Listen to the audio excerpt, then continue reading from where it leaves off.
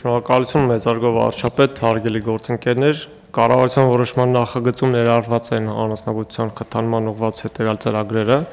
խելացի անասնաշենքերի կառուցում եւ տոհմային տաղարաբուծության զարգացում։ Նախկինում գործող խելացի անասնաշենքերի ծրագրի համեմատ այս նախագծում իրականացվել են որոշ լավարկումներ եւ լրացումներ, մասնավորապես շինարարական աշխատանքների համար անհրաժեշտ ծախսերի վերագնահատում է տեղի ունեցել, որի արդյունքում բարձրացվել է ներդրվող գումարների շեմը,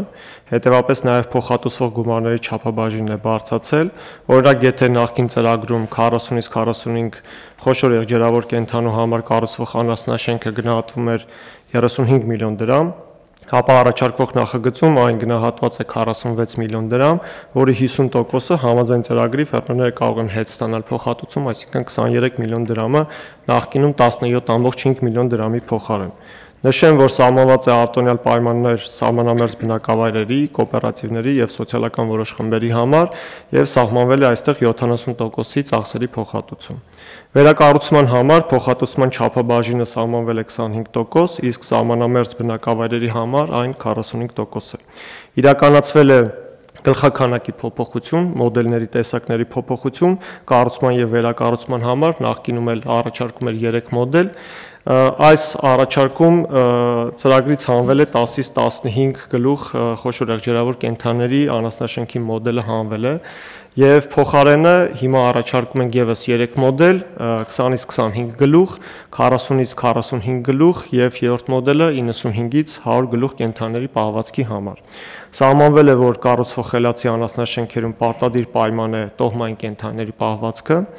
Ծրագիրն ունի, նշեմ, որ եւ փոխհատուցման եւ վարկային բաղադրիչ, վարկային բաղադրիչով կառավարությունը սուբսիդավորում է ներգրաված վարկի 10%-ային կետը,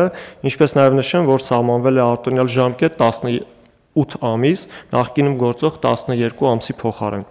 Այսինքն, եթե ֆերմերը վարկ է ներգրավում անասնաշենքի կառուցման համար, կարող է 18 ամիս մայր գումարի վճարում չիրականացնել։ Իսկ սահմանամերձ բնակավայրերի համար վարկային տոկոսադրույքը սուբսիդավորվում է ամբողջությամբ։ Տոհմային տաղարաբուծության զարգացման ծրագրում ավելացվել է աջակցման մեկ այլ մեխանիզմ, համաձայն որի, եթե շահառուն օգտվում է խելացի անասնաշենքերի ծրագրից եւ ունի խելացի անասնաշենք, ապա ձեռք բերվող տոհմային կենդանների համար կարող է ստանալ փոխհատուցում, մինչև 25 գլուխ խոշոր եղջերավոր կենդանու դեպքում 30%,